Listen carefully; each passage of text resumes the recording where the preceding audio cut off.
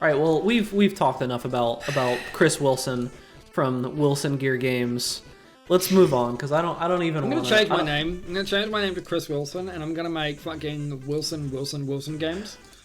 WWW games.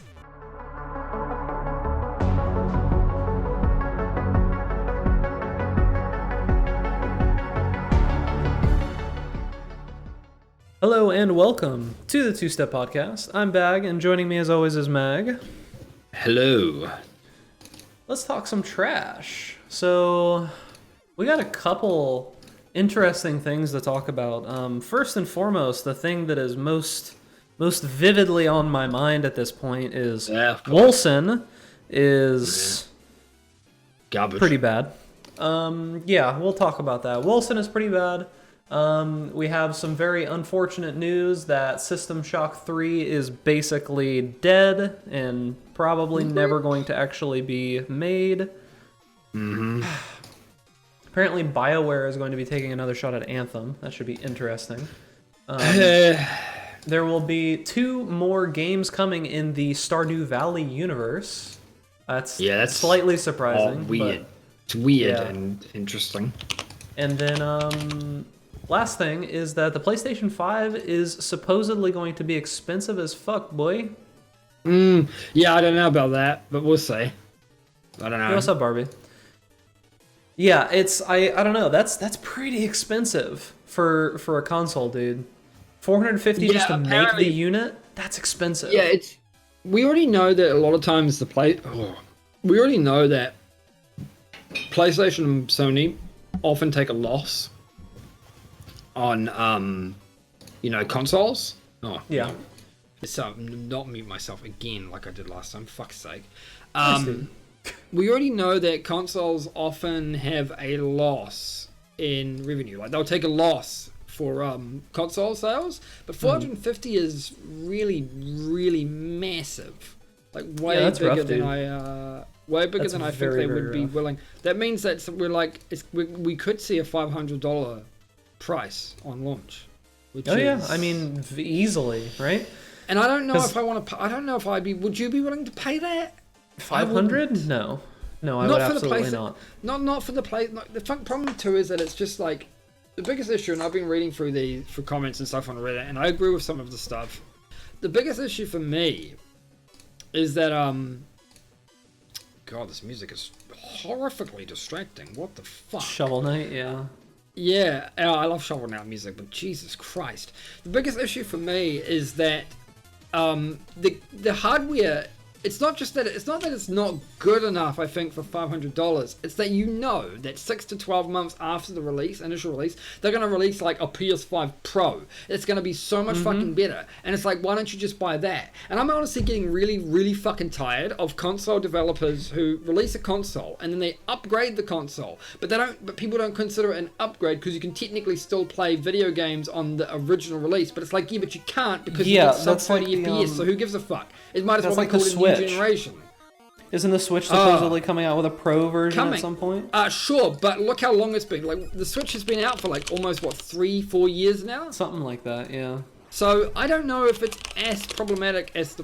Well, let's see the timelines. I didn't actually consider that. So let's look at the timelines for like the PlayStation 4. So the Nintendo Switch release date was March 2017. So it's been a while, sure. PS4, the PS4's release date was 2013, and then the Pro was fucking. Ugh, God damn it! Why can't you just tell me the PS4 Pro's release date? Why do you just? You should be able to find that. Here we go. We had the Slim, which was 2016, and the Pro, which was 2016 as well. The Slim, which was horrifically bad. Horrifically bad, yeah. So the idea is that it was about 3 years. So it's about the same amount of time as the Switch, I guess. So they all come out with upgrade systems about the same time. Every 3 years. But it's like, okay, but if you're going to spend 3 years to make a new console and you're going to charge the same amount, or maybe slightly less, right? Isn't it really just a new generation at that point? Again, if you kind of need it for actual decent... Like, remember the new 3DS? The games that were made... Now, I know that the new 3DS came out really late in the 3DS life cycle, so it's not absolutely comparable. Super late. And it was shitty. Yeah. The shittiest thing about the new 3DS in particular was the fact that there were some games that could only be played on the new 3DS. No, that was a weird thing. I was going to mention that too, because those games, right, they do run better. I mean, even things like Pokemon, like the Pokemon games run way better. But you're thinking, okay, the only reason it's slightly more acceptable is because it came out later on in the 3DS's life cycle. But at the same time, why are we considering it the same generation? See, I don't consider the new 3DS the same. The only reason we consider it the same generation is because it looks pretty much the same and it has the same operating system and all of that stuff. And I'm ignoring the name because let's be honest, the name is a continuation of things like the Wii U. It's fucking terrible. It's awful. Like, who the fuck? Oh no, I don't want to remove that. I don't want to remove that. Don't want to do what you did last time and remove the card. Yeah, I don't follow in my footsteps. But yeah, man, I don't understand this whole thing of like, why is that Dragon Warrior music? Yes, that is Dragon Quest music. But absolutely. Yeah, I don't understand this whole like fascination with them. I guess it's like a last push for sales or something like that. Like probably what happens is that the Pro version is just like a way that they upgrade the original consoles, right? Sure. So it's probably them just trying to dump old hardware, most likely. They just add in these little additions and they try to dump all of the old hardware that they have sitting around before they move to the new version. That's the only thing that I can think of. Like, why else would they care, right? No, I don't. Yeah, I get it. It's so annoying, though. Also, did you ever see that? Did you watch that 5-minute speedrun of Slay the Spire? I did. Yeah, it was pretty interesting. Holy fuck! It's not even just that the strategies he was using. It's the speed at which he was doing, just popping off cards and stuff. Also, I don't think he was using hotkeys, which is interesting for a speedrun. Yeah, the developers kind of talked for a second about how like he wasn't using hotkeys, like he wasn't clicking on his keyboard. He could have been clicking 1, 2, 3, 4, 5 instead of just doing whatever. It's definitely super interesting, but getting back to the other thing we were talking about, like I'm worried about consoles going forward because we talked on, I think, the last episode of the podcast about how much more powerful consoles were going to be going forward, like graphics-wise. Yeah. But the problem is that was us assuming that it would be at a similar price point.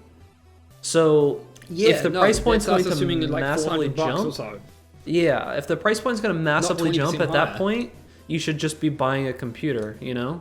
Yeah, I don't know. Again, I just don't find it a compelling system to spend $500 on. Yeah, and that's if it's $500. I mean, if Sony takes a loss and hits it at $500, then okay, that's probably somewhat acceptable. But if they don't, I mean, this is before logistics, right? Because this is just the cost to make it. This is just to make it. That's really insane, though, that it costs that much to begin with. Like, fucking hell. They might be thinking that it might be a $600 price tag. Okay, so I've thought about that, but I think a $500 price tag is something that people would pay. I think $600 gets into the absurd territory, and I think people would just outright refuse to buy the game at that point. Or I think so as well. Like, the games would have to be, and again, $600 plus for a console will be upgraded in 3 years. And especially when you know the release libraries tend to be awful, right? So it just, that would be a terribly hard sell. Yeah, it's going to be a super hard sell. I mean, the only thing that they're going to be able to do is if they have either an insane lineup of games early on, like if they have a shitty release lineup, I'm worried for them, dude. Like, let the Stadia. I mean, okay, so I'm not a huge fan of Sony just in general. I think they're honestly a pretty shitty company. I don't really like a lot of their products. I don't like a lot of their business practices. Reasoning for this? Just because of they are so against competition and progress. Like, Sony basically had to be dragged fucking by the neck to get them to integrate with any of the other gaming console systems. Again, I agree with that. Your reasoning for hating Sony is the same reason I hate Intel, except that I also hate Sony. So, it's like, fuck Sony. For that reason. The problem with Intel is that you don't really have a choice. At least with Sony, No, you do have of course. somewhat of a choice. Sure, because it's not about the console, it's about the game, right? Whereas Yeah. with Intel and AMD and stuff, it's the hardware. I mean, you don't have a choice at the moment because AMD's the winner, so get fucked. But you know. Yeah, but AMD is doing good things, so I'm not really too upset about that. But the problem with Sony is just that they focus all of their money on anti-consumer processes, and they focus the rest of it on making console exclusives for just their console. Yeah. And it's like, And I know, okay. again, though, I know why they do this. The reality is let's be fair, like, would their console really exist if they didn't? Like, I don't think, the thing is, I don't think a console would exist if, like, this Microsoft, because Nintendo do the same thing, right? Nintendo and Sony have it really hard. I don't really think that they can really survive. Like, I don't like them for that. I don't like them for pushing exclusives and pushing you into their ecosystem. But I don't think they have a place in this world if they don't do that. The only reason I think Microsoft can kind of get a pass with things like Windows, Game Pass, whatever, is because, let's be honest, they already have a monopoly on Windows, right? Yeah, and I to can- be I fair, can that's agree kind with you of bad there. as it is. Yeah, So I can agree with you there. I think that it's it's a definitely hard thing. I don't know. What's the solution, right? That's my question. Yeah, I don't feel like it like the either. problem. So I have less of a problem with the exclusives, right? I think that that's whatever. Okay. They can do whatever the hell they want. But the fact that they are just so adamant against being able to play with your friends. Oh, like crossplay and shit? Yeah. Yeah, right? Like, it's like, do you really think that, like, for instance, do you really think that somebody playing Destiny, for instance, but I know Destiny is one of those games that does have cross-save now, but it took a lot of bitching. Do you really think, does Sony really believe that by limiting the ability for a PC player or an Xbox player to play with their PlayStation friends, that person's going to go up and buy a PlayStation? Fuck no. Nobody's No. going to do that. Nobody's, And like, then, most people kind of, like, it's the same in the 90s too, like, with the whole fucking console wars. Most people stick to their side, primarily because paying twice, paying the same price again for And then you have another to pay console is just for the absurd. games again too. Yeah, why would you bother? And the other problem is something that they did during the Fortnite craze, where they were like disabling people's accounts if they were logging into them from like multiple That's just different places. Totally unacceptable. That's fucking bullshit. It was ridiculous. So I'm worried for Sony. I don't care personally, but I'm just saying I don't know how well they're going to do going forward if they continue with these kinds of things. At the same time, do we really give a fuck about Sony, given that most of their profits are from insurance and the film industry and the music industry? They can go Honestly, fuck themselves. They can make honestly, a loss on consoles. The only thing that I care about Sony is their cameras. Their cameras are good, but that's it. I mean, Sony movies are fine.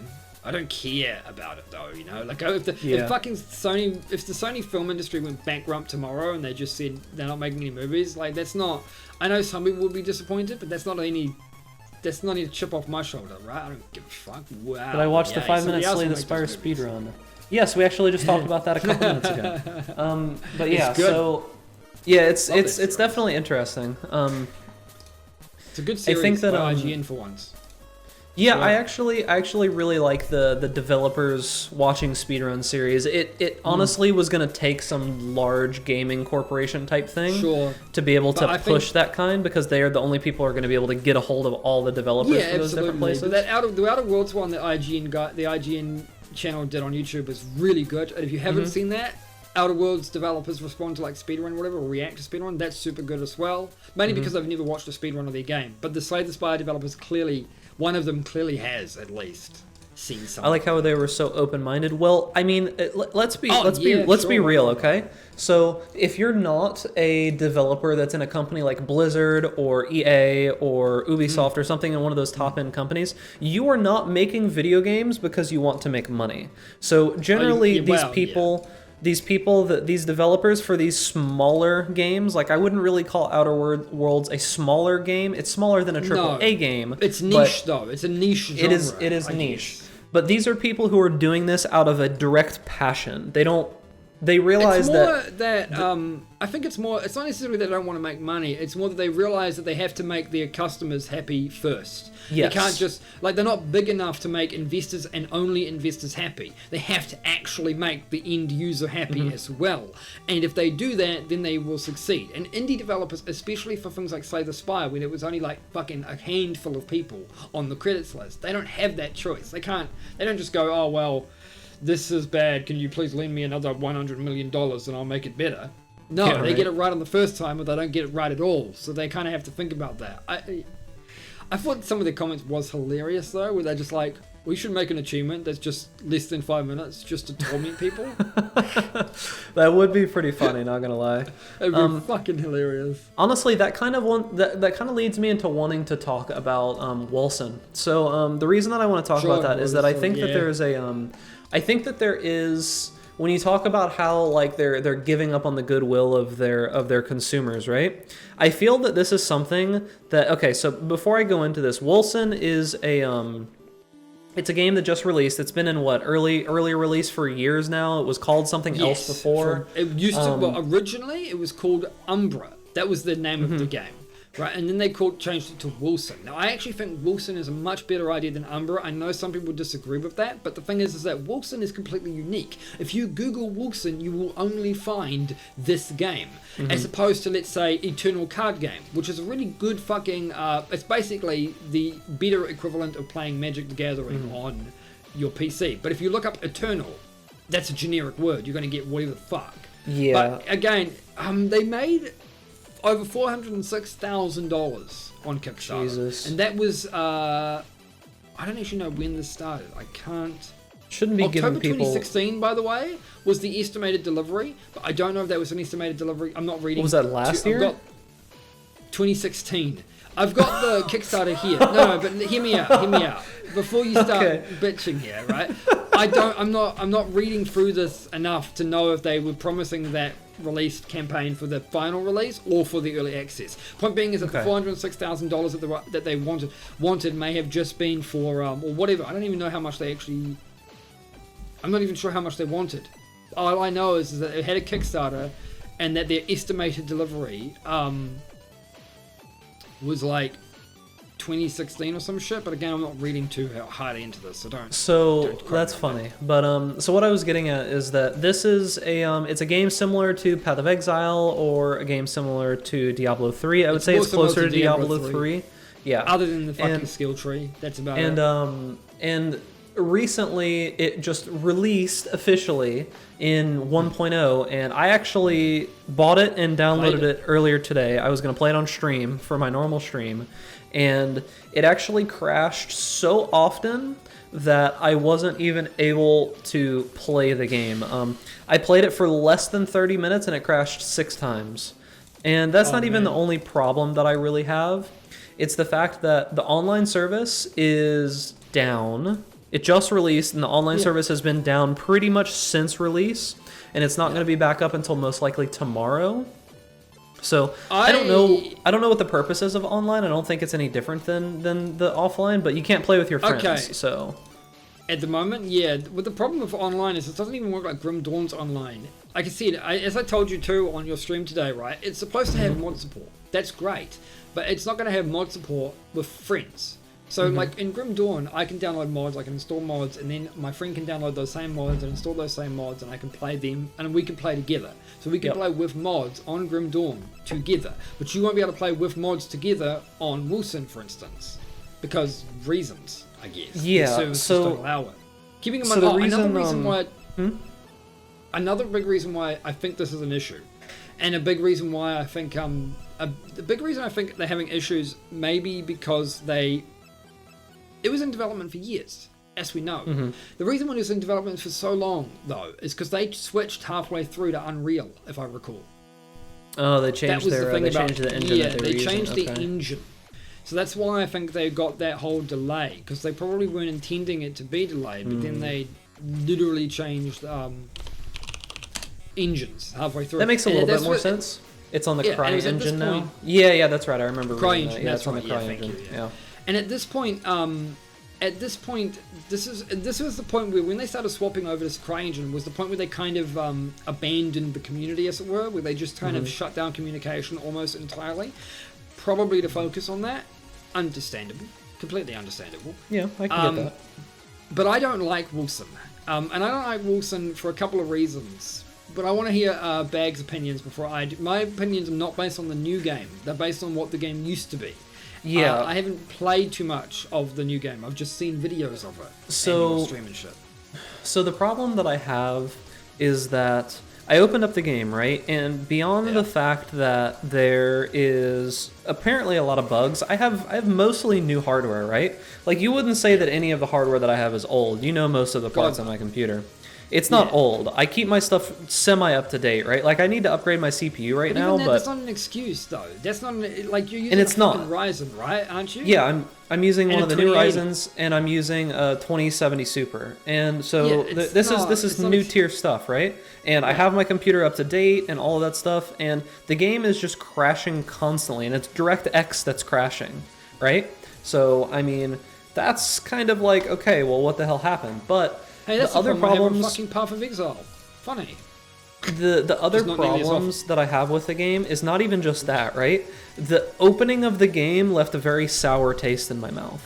So besides the crashes, which are bad, I open the game and I start to create a character, and I just look at some of the character creation options, and okay, so the first thing that happened is that when I looked at the skin colors available in the game, the skin colors that they did for darker tones of skin are some of the most horrific, just phoned in fucking like shit that I've seen in my entire life in a game. I mean, it literally looks like they took a fucking paint tool and just took the black color and just applied it to their skin. There's nothing that makes it look even somewhat realistic. It's laughable, right?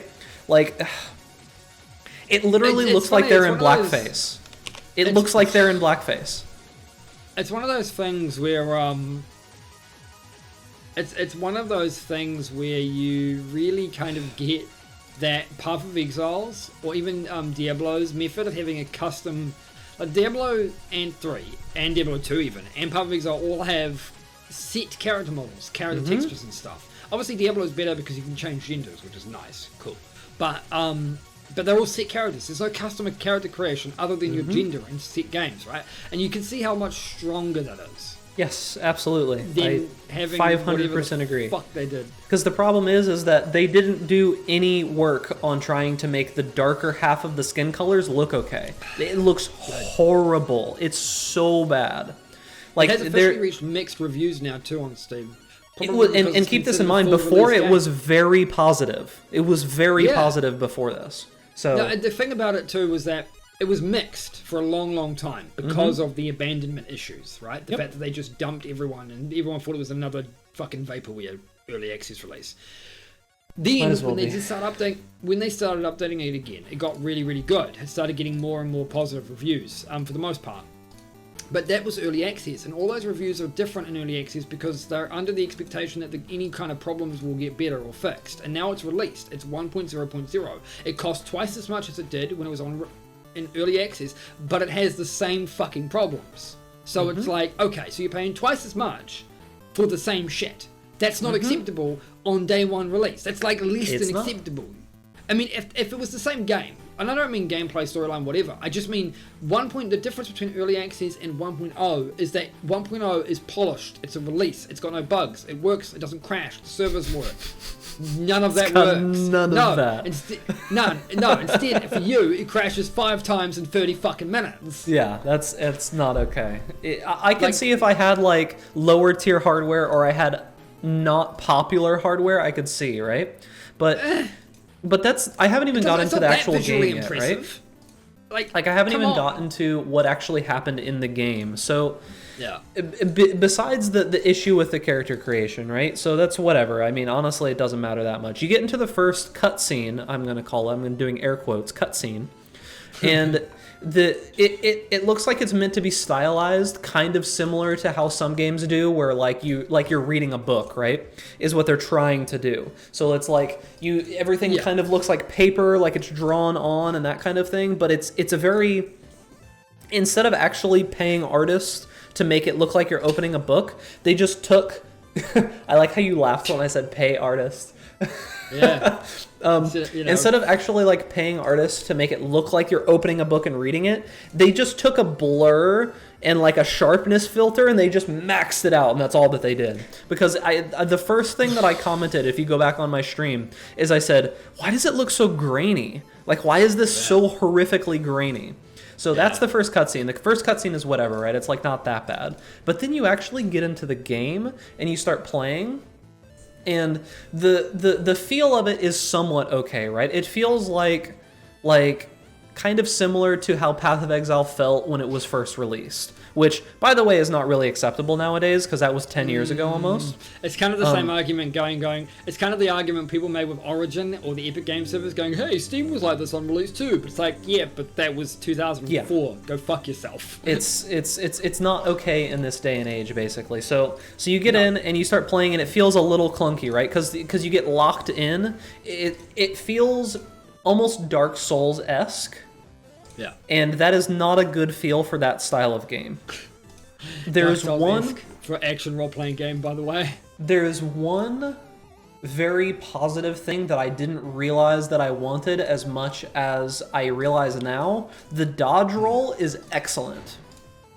The dodge roll ability in that game is actually excellent for that style of combat. And I feel that Path of Exile... Diablo 4. Yeah, Path of Exile leaps that with their movement skills, like that's fine. They make that jump with that's that. Why I said Diablo 4, right? Yeah, I'm hoping that Diablo 4 has something. Totally benefit from that. But the story, the voice acting, the animations, and just the design itself is laughable. I actually think it's terrible for animations to be awful, by the way, because it's an action role-playing game. The story being unacceptable, the voice acting being unacceptable, fine. The downside with the story in Wolcen specifically is that it bombards you with cutscenes that are really awful, and so you can't just ignore the cutscenes. You can't ignore the storyline like in Diablo 3. There were more cutscenes than gameplay.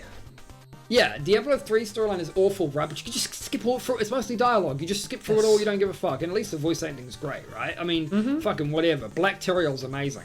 I mean, I don't care. It's the best part about the fucking game, right? And I actually enjoyed Reaper of Souls storyline. I like that kind of concept. Oh, that and Evil Mage dude from Act 2. That guy's cool too. But it has good points, right? And I'm sure Wolcen will have good points too. But Zoltan Cool. Zoltan Cool. Fucking cool, baby. Yeah, it's fine. It has high points. But the thing is that all the low points can just be skipped. You just push escape a couple of times, you skip the dialogue, you don't give a fuck, right? You can't do that in Wolcen. And the animations being terrible is awful because those are the things you're going to see for 99% of the game. They better look fucking good, right? It's an action role-playing game. All of it's about the animations for killing, for walking, for attacking, for everything. So if they don't look top fucking tier, what the fuck are you doing? Like, it's wasting one of your the time, reasons basically. Why Grim Dawn for me has... It's why for me like Grim Dawn skirts on this because Grim Dawn has it has good animations but they're repetitive. That's my fucking feelings on it. And then you have things like Path of Exile and Diablo 3 which all have really really solid varied animations. Yeah, like the arse. And Path of Exile even better because you can pay for more. And I think that the Path of Exile thing, you remember what happened during ExileCon where Chris was given the suggestion of having like an after image when you attack too fast? Oh, yeah. If they implement that, that's going to be like industry standard, I'm pretty sure. Yes. Like, holy shit, that would be industry standard, yes. Yes. 100% I agree. And the fact that it felt so bad in just those couple of minutes, it left such a poor taste in my mouth. Like, it really truly did. If they fix everything by next week... like my next stream set next week, I will play it and I will give it a try. But if it's not fixed by then, like if I continue to crash and the online is not on, and if the online's not on in a week, that game can go fucking kill itself. On GTA. So, but it's ridiculous, dude. I was so upset that I couldn't play today, and I had to just jump on PoE and load up a character that I wasn't ready to play, and I didn't have any preparation done. Like, you know, so it was very, very upsetting. Rating for Wolcen so far, -5 out of 10. Cannot play. Yeah. Let's explain some of my problems with the game. Go for it. Because my problems with the game are slightly different than yours. Your problems with the game are with the actual game, as it is. My problems with the game is what it was and what it was supposed to be. So if you've never heard about Wolcen, formerly known as Umbra, Wolcen was actually supposed to be an open world ARPG. And that's actually the reason that I was interested in the game to begin with. Because, it was meant to be open world, wasn't it? Yeah, because Grim Dawn was already a thing at this point, as was Path of Exile. I was already playing Path of Exile and Grim Dawn and Diablo 3 by the time Wolcen came out. So when I heard about Wolcen, I didn't really care too much. It was like, it's fine, it's whatever, right? I bought Wolcen very, very early on into development, back when I was nowhere near as disillusioned by the concept of early access as I am now, basically, right? I thought it was a decent way to support the devs. I can't remember why I bought it on GOG, but that will be important up here soon. I bought it on GOG, known as Good Old Games back then too, and it was cheaper. I think it was just cheaper. I don't remember. I was probably just browsing the website, because this was before too. It should be noted that this was before I bought it before Steam even had all the discovery stuff years ago, right? Like way ages ago, right? They didn't, so it wasn't popping up on my Steam. I didn't tend to look at Steam for fucking games, but I may have looked at GOG for games. I may have browsed that website, and I was looking through the deals when I saw Wolcen, and it was this open fucking world RPG, whatever, and I played it, and it was not great. I mean, it was for a really, really early alpha. It was actually kind of interesting, because I don't know how much of this is the same, but during the original development, right, they had this whole thing like mind and body, and you would invest certain points, and the whole skill system was similar to Path of Exile in that it was like weird, but way different in terms of how you navigated it, right? It was actually really fucking interesting. And then it looks very similar to PoE now. And then they had the skill system, which was similar to Diablo's, in that you'd have basic skills and you'd augment them with runes. It's very heavily inspired by Diablo. And then you'd have like an open world. It would be completely open world. You'd just go and explore it, right? And it would have dungeons that you would do, and you'd go into the dungeons and you'd get loot in those dungeons, and then you'd go out and they would reset and you could do them again, and that was it. And there wasn't a hell of a lot of gameplay because it was really, really early alpha, and that was fine. I thought, okay, I'll come back to this. I'll come back to this in like a year or so and see what's up. Well, I come back to it in a year, and you know what they had decided to do? They decided that instead of instead of having version parity with both GOG and Steam, they were just going to completely kill off the GOG DRM free version, which, by the way, they did promise to Kickstarters that there would be a DRM free version. I'm presuming that was supposed to be the GOG version. I don't know how that's going to be delivered now, but ultimately they completely just abandoned the GOG fucking platform. Right? Anyone who had bought the game on GOG, like myself, was still able to play it and download it, but only at that old fucking version. And I'm like, what the fuck? This is completely unacceptable. So they said that you could totally get a refund, and you could get a Steam key equivalent. They would give you a free Steam key, but only if you had the receipt for the original game. So you're telling me I had to keep the email for a digital purchase to prove that I owned it, despite the fact that it was on my fucking account. And frankly, since it wasn't being updated, who gives a shit if I paid for it or not, or if it was a gift to me? I can't play it in the updated state. You should be giving me a fucking free key anyways. Basically, I'm saying here is that I shouldn't have had to prove anything. You paid for the game.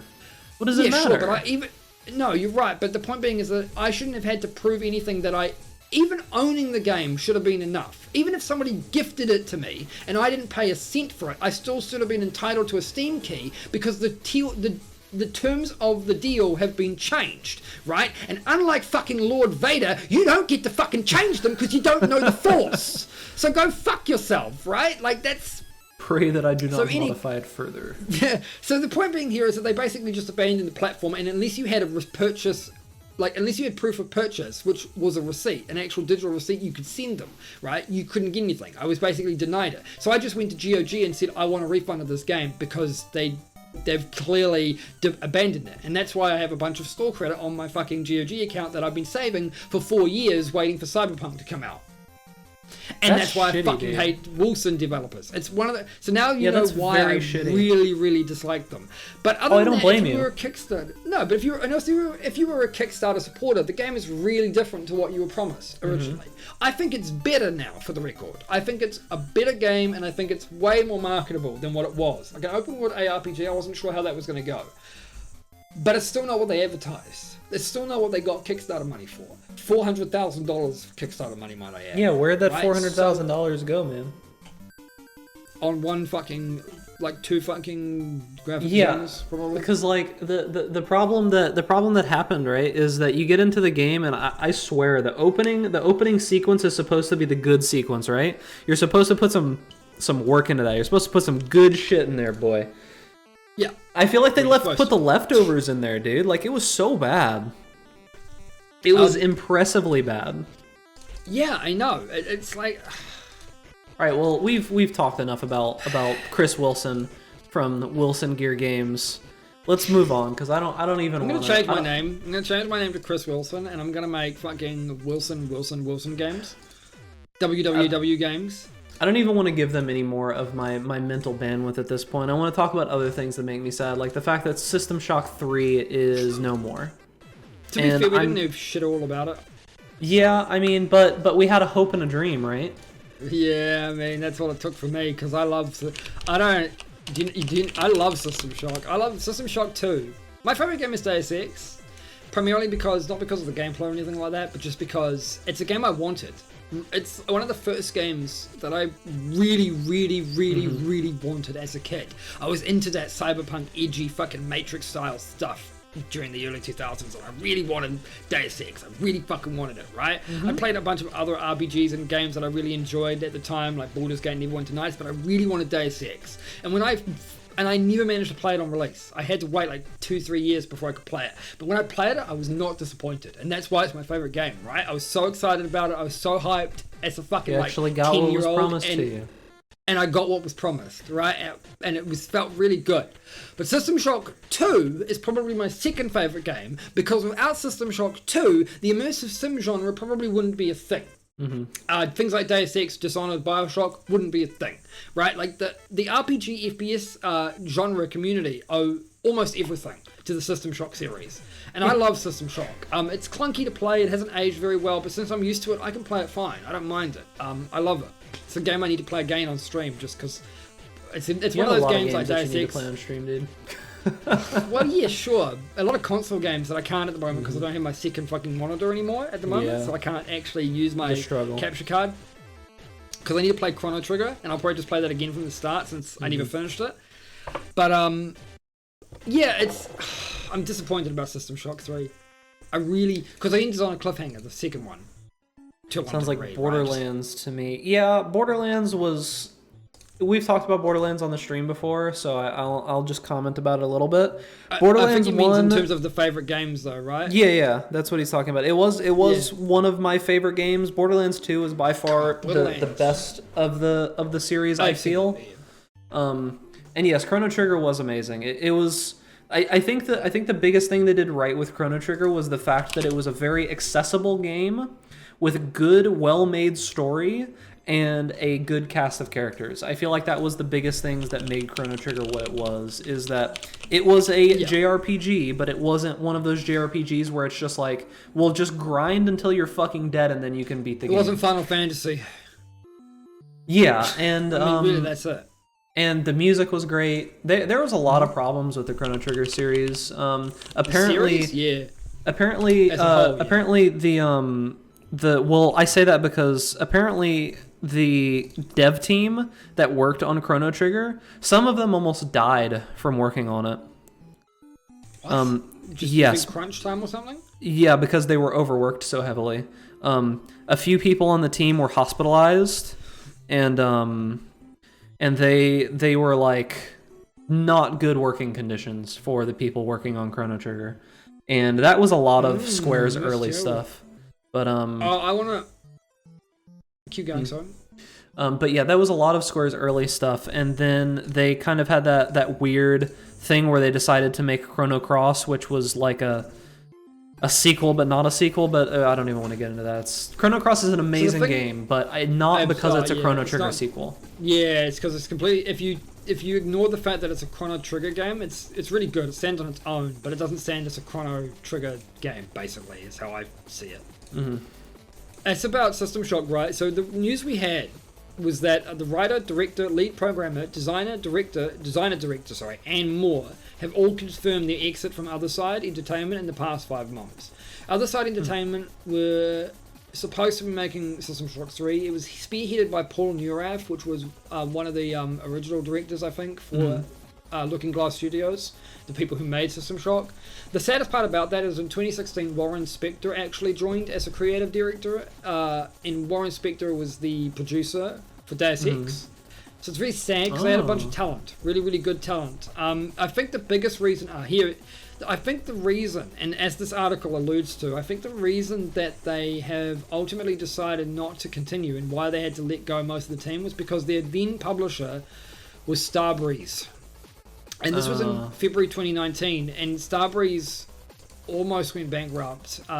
They had a massive amount of financial issues, and that probably means that System Shock 3 and Other Side Entertainment are no longer being funded by anybody. And I imagine that's really the big issue. I would assume it would be. And they haven't found another publisher. Once the money is gone, there's not much that you can do. I mean, that's just kind of how it is. Let's see here. Okay. What do you mean Legend of Dragoon? What about Legend of Dragoon? I fucking loved that game. Yeah. No, just said something about Legend of Dragoon. Let's hear it. What did Star say? He literally just said Legend of Dragoon. Oh, I don't know what's going on. That's all that he said. Legend of Dragoon was good. I feel one of the best RPGs of its time. It gets like no praise for some reason. No one really remembers it very much.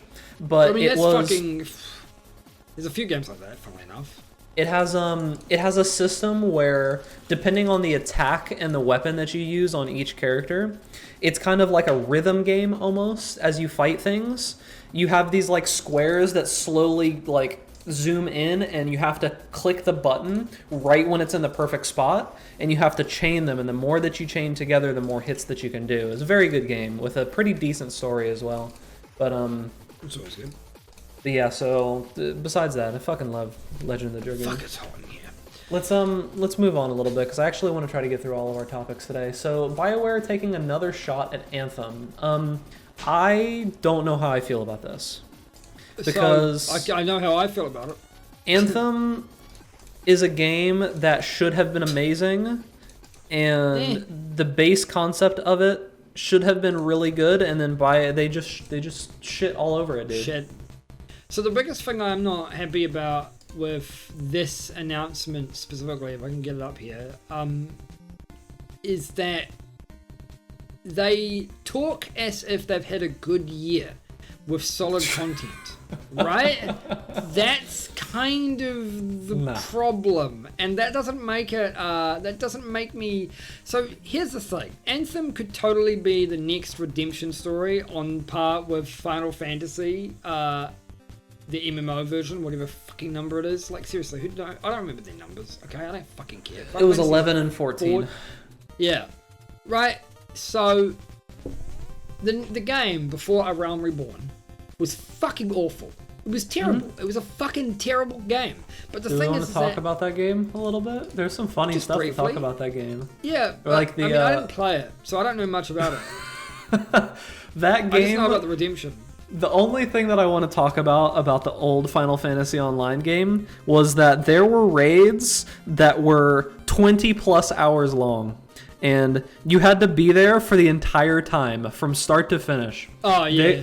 There was a fight that they released at one point where the best team in the world or whatever they pulled it. And they were 20 hours in when they found a new phase that wasn't talked about, and they wiped. 20 hours in on their first pull. How the hell? Who designs a game like that thinking that's good? I mean, that's Japan. the thing, right? That's the fun. Well, it's not Japan though. It's just it's Square and the people that they put on that product. Because I get we can all generalize Japan, sure, but when they put what's his fucking name on A Realm Reborn, right? Basically, when they changed it to director to somebody who had actually played a fucking MMO, right? Naoki Yoshida, right? Everything changed for that fucking game. Because that game is just a nightmare. If you have never watched the no-clip documentary on the rise and fall of fucking Final Fantasy, right, the MMO and A Realm Reborn, you should. Because it's one of the biggest redemption arcs, I think, of... Like, some people will say No Man's Sky, but fuck No Man's Sky. Oh, right? That was a point I wanted to make. I completely forgot that point about Wolcen. I feel that Wolcen is going to do a very similar thing to what No Man's Sky did, the devs did. They lost a lot of goodwill from their community because of all of these problems, and they just pushed the game out, right? Like, they just forced the game out instead of pushing it back. But anyways, continue with your point. I just forgot that I even was going to say that. Yeah. Final Fantasy Online was awful. Just so many design decisions that were nonsensical. It's basically like they didn't look at what people were doing at the time. They didn't look at World of Warcraft or EverQuest or even fucking RuneScape or Guild Wars. They looked at nothing. They just made this game and then they made it online and they didn't really think about what the online space was doing at the time. So they bring in fucking Yoshida, who's basically just like, he goes on stage and goes, "This is fucking awful," and he just tells everybody, right? He just tells all the fans and all the fucking investors, "This is fucking awful. It's awful." And they just publicly announce that the game's terrible. We know it's terrible. We're gonna fucking fix it, right? And the thing that makes Final Fantasy: A Realm Reborn such a good redemption story is a couple of reasons. The first big reason is that the subscription. It was a subscription service originally. Everybody who is currently subscribed to that game got fucking like refunded, I believe, for that month when they announced The Realm Reborn, they were redoing everything, they got refunded and the entire subscription was free. And the thing about it that made it good was that Yoshida proposed the really difficult idea. Like, I don't know how the fuck he convinced Square executives this, right? I don't know how many dicks he had to suck to do this. Like, I don't know who he sold his soul to, but he convinced Square executives that they couldn't just remake A Realm Reborn, because that's doing a massive disservice. And they have to remember that the key point about it was that the thing about this was that this was Final Fantasy, and for Square specifically, this was their baby. If this game completely ruined the Final Fantasy franchise, Square executives considered that was it. They were going to jump off the building and kill themselves then and there. Fuck it, everything's over, because that's it. They don't have anything else. They have Final Fantasy. If they don't have Final Fantasy because everyone's so disillusioned with the whole franchise, they're fucking over, right? So Yoshida used that buying power to basically convince them that they don't not only need to remake the game into the version that it needs to be, but they have to build up goodwill with existing fans by releasing updates for the current game for nothing. So they spent like, I can't remember how many years, it was either a year or two, just releasing content for the original game and A Realm Reborn. Like while they were making Realm Reborn. For the record, I feel really sorry for the developers, because I can only imagine the amount of fucking awful crunch they must have had to do both of these things at once. But the reality is that it worked really well. And also the ending of the Final Fantasy MMO is fucking hilarious, where they literally just blow the world up and reset it. And that's why it's called A Realm Reborn. If you haven't watched that cutscene, you should absolutely watch that cinematic, because it's fucking amazing. But then they released A Realm Reborn. And the thing about A Realm Reborn was, by the time it came out, World of Warcraft was already really big. Guild Wars 2 was already a thing. The space of the MMO genre had already kind of peaked. And it was at this point that they were releasing a game to an already really saturated market. So I don't think anyone was really prepared. I don't think people were expecting much. It was surprising to me that they did as well as they did, because I feel like the MMO market just in general has been so horrifically saturated. It's like... I'm surprised they did so well. Yeah, but the thing about it is that I don't know if you've ever played the game, but I've played the game, and it is very MMO-like. If you've played WoW, you've played A Realm Reborn. It's very, very similar, with just slight differences in combat. For instance, a lot of classes feel slower. The best part about the game, in my opinion, is that there's no real ults, because you just have a job system like in Final Fantasy, and you just level up the job, and then you just change the job. Yeah. You just do what you want. The main real caveat to this is that you generally do the entire storyline with mainly one job, with one specialized job, which you then, you advance as well. You get specialized, and you do it entirely, the entire game like that. And then, once you get to like a certain level, you get like XP bonuses for all the other jobs that are below that your highest, right? So it's more efficient to do the story and stuff on the one, and then you have to go back and do the others, because the quests don't reset, for instance. You don't do the storyline, you have to farm public events and stuff. Also keeping in mind that it was doing public events before World of Warcraft was, if I recall. That was one of the fucking best features I think Warhammer Online actually introduced into the market. The idea of ever-changing events that just appear on the map, on the open world space. It was a fucking amazing idea. Too bad the rest of the game was shit. But, it's kind of how it goes sometimes, what are you going to do? Yeah, I know. But either way... So A Realm Reborn, the point being is that A Realm Reborn was a massive redemption arc, and the question is, will BioWare be the same? And it's like, it could be. It could be. But when you have what's his name, when you have Casey Hudson, literally, this is his quote, right? He says, over the last year, the team has worked hard to improve stability, performance, and general quality of life while delivering 3 seasons of new content and features. When you have him say that, it doesn't really sound like he understands why people fucking hate the game. It's No, not he because understands nothing there. Yeah, it's not because it runs poorly. It's not because it doesn't. It's not because it doesn't have new content and features. It doesn't. It's because the game is fundamentally fucking awful, and even with the new content, still has no content. Right? You think that those fucking 3 seasons or whatever are a success, but to the general public they're not. Nope. Because the game wasn't a success in the first week, so nobody gives a fuck. So you're gonna have to try insanely hard. And Yeah, no, I don't see that happening. Don't market your shit while I'm doing the podcast, you fucking piece of shit. Where's the ban button? Oh, you don't have a bot. You don't have a bot for that. Those have been picking up a lot recently. Yeah, I should get a bot for that. Those. It's just Yeah. I need to just ban links. Did someone say old school WoW Alterac Valley? I'm assuming you're talking about when I was doing the 20-hour raid fight. Yeah. Yeah. Old school Alterac Valley. You could I remember because I was a kid.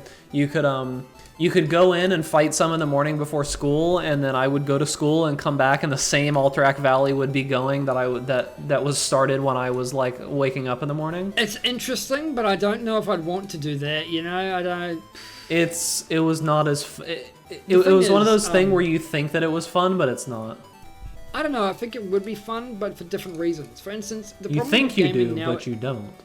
The thing about gaming nowadays, specifically, is that people's idea of fun is not really having fun. It's getting rewarded. And they extrapolate their fun based on the reward. So that means that if you do PvP in Destiny or World of Warcraft or whatever, you kind of expect to be rewarded for it if you win. So people are aiming to win so they can get that juicy reward, that dopamine hit that says, haha, you won, here's your fucking prize. But the thing is, back in the original, in old school, like classic, right, with Alterac Valley being 20 plus hours, whatever, there was no point in doing that. The point was just to have fun. It's like playing Halo, right, or Quake, or the original Unreal Tournament. There's nothing, you don't gain anything when you win. You just win, and that's it. You win, you have fun playing, then you win. And I think even I, for instance, especially because I play things like Path of Exile, which are basically gambling simulators, right? I think a lot of us have lost that feeling of just playing a game for fun and deriving our fun from actually playing the game and not from the reward that we expect to get from it. So yes, Alterac Valley, doing 20 plus hours of Alterac Valley might not be as fun for people today, especially people like us who have actual lives outside of WoW, right? But I don't know, man. When I was 16, the idea of that is fucking hilarious, because who gives a shit? I totally enjoy it. I enjoyed it, right? It was fun for me, but now my idea of fun is different, It's like you said, it's my idea of fun is very different. The whole perception's just changed. So it's like... there was the ranking system, I guess, too, that people would have gotten that for, but that was based on just getting kills too, right? So even more reason to go into AV. The problem with the ranking system was how horrifically flawed it was. Yeah, it was very, very flawed. The problem was just that PvP balance back then was flawed in general, though. Like, just fundamentally. 3, 4. Yeah, the problem was just that, like, to be able, you couldn't actually be at the top without help. Like, the thing is that if you were trying to do it solo, there was no way to become like High Warlord or whatever the Alliance equivalent was. There was no way to do that solo, right? Like, you had to have the help of the community to be able to do it. So, I have a love-hate relationship with WoW PvP, to be honest with you. Like, it's been very good at sometimes, but it's also been very, very, it's funny very because bad my favorite sometimes. point is 2s and 3s arenas.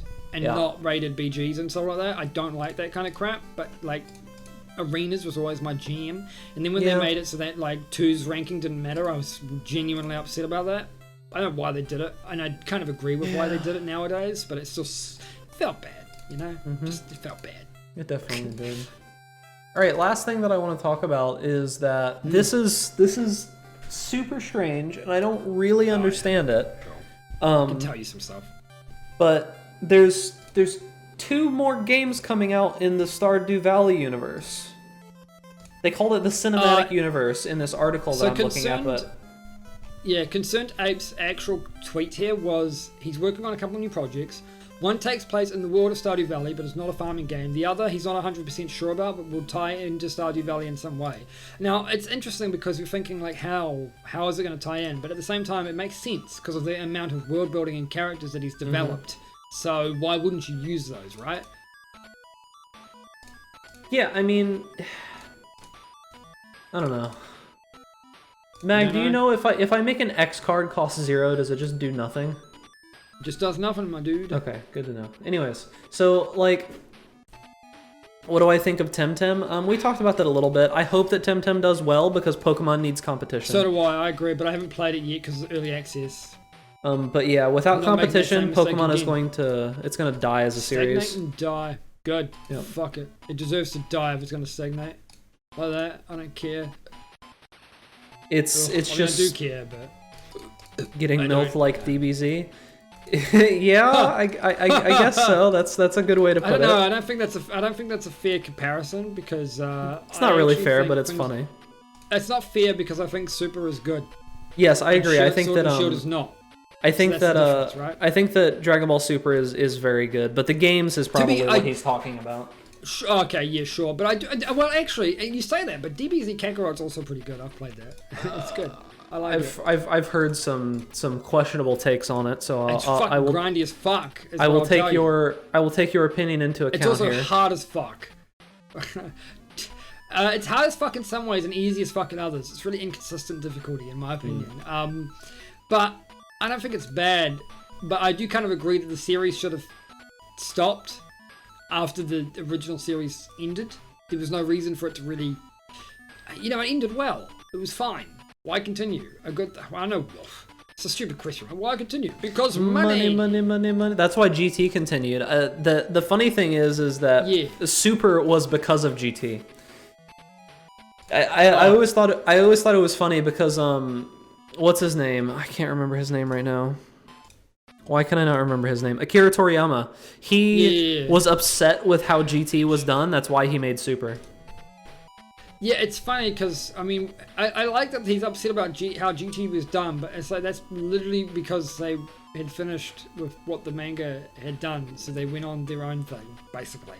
And it's like, okay, but if you're upset with GT, right, why didn't you have more fucking input when you were given the chance? I don't know. Well, he wanted it, the problem was he wanted it to end, and they said no, and they had the rights to it, so they could do whatever they wanted. He must have given them the rights then. So, I mean, I don't know, man. He gave the publishing rights, was the thing.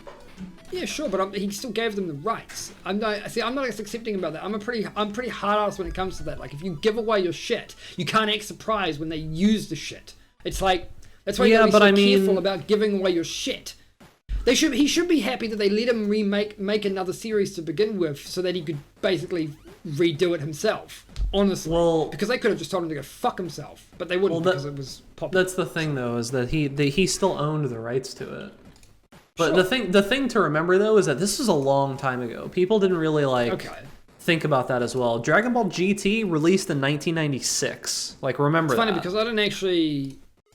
Oh, God, I hated GT so much. But yeah, villains in GT are... It's funny because conceptually, I actually think GT's storyline is really interesting. Sure. The idea that the Dragon Balls go corrupt because they've overused them, it's a fucking great idea, but GT's execution of that is terrible. It's fucking awful. The problem is that, like, the reason that people watch Dragon Ball is because of the main trope that happens every time. But Goku is not the same person in GT that he is in all of the other ones. Goku becomes like... Oh, yeah. He becomes vengeful, and he becomes, like, angry, and he becomes, He's completely different. He's supposed to be this whole, like, naive, really down-to-earth, gentle, actually, character. Right? He only gets angry. The only time, I mean, we know that you get angry when you power up and stuff, but that's the point, right? You're only powering up if you have to fucking destroy some world-shattering, family-killing entity. You don't just do it because... Well, let me put it this way. The idea that Goku is this, like, gentle entity kind of person is kind of... That's kind of perpetrated by the English voice actors. Goku is actually not that great of a guy. No, he's a fucking asshole though. But that's because he's basically like people. He's all that he cares about. He doesn't care about anything but proving himself and becoming stronger. And like he puts like the universe in danger just so he can fight people and become stronger and test himself and limit test himself. So why like, wouldn't you though? I mean, you could just wish it back. There's no stakes in Dragon Ball Z. I want to put out that right. There's literally never been the moment that they resurrected the entire fucking planet. Right, was the moment that any of the stakes were removed, in my opinion, because it's like when you could just do that, who gives a fuck? I feel that was a kind of a shitty thing that they like wrote themselves into because originally there was conceptually was good, right? The idea where they're getting punished for that is really good. It's a pity it didn't really work out that well. Yeah, I thought it was fine. At the start of your turn, gain 2 strength, and all enemies gain 1 strength. Yeah, that's powerful, fine. but risky.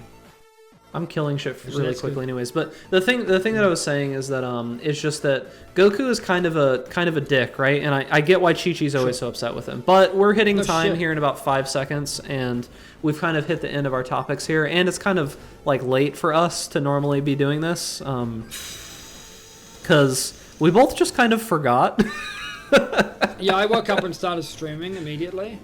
Yeah, he woke up and started streaming, and then he messaged me, and he's like, "Hey, we're supposed to do the podcast tonight." And I was like, "Oh yeah, shit." Yep. So yeah, that's probably gonna be it for us. We'll be back next week. We'll try to not forget this time. So yeah, that's pretty much it. I'm sure more companies will be doing stupid company things as they usually do. Yeah, I mean, and I kind of think that we're getting close to a very exciting time for Mag and myself, which is new PoE League is getting close to being announced, so we'll have plenty of stuff to. Shit about PoE League. That's not what I care about. What do you care about? Doom? Damn fucking straight, I care about Doom. Ripping fucking TM, motherfucker. But yeah, so we'll catch you guys next time. Make sure to follow us on Twitter. He is at Mr. Tastix. I am at big_ducks. Follow us on Twitch. Join the Discord servers. There's 3 of them at this point. Mine, his, and the 2-step one. Just fucking join them. And yeah, if you're listening to this on Spotify or SoundCloud, go listen to it on YouTube and watch us actually do shit, because it's a visual podcast. Remember that. Come and watch us on YouTube for all those people who are in the future. But that's it. Have a good night, guys. We'll catch you next week.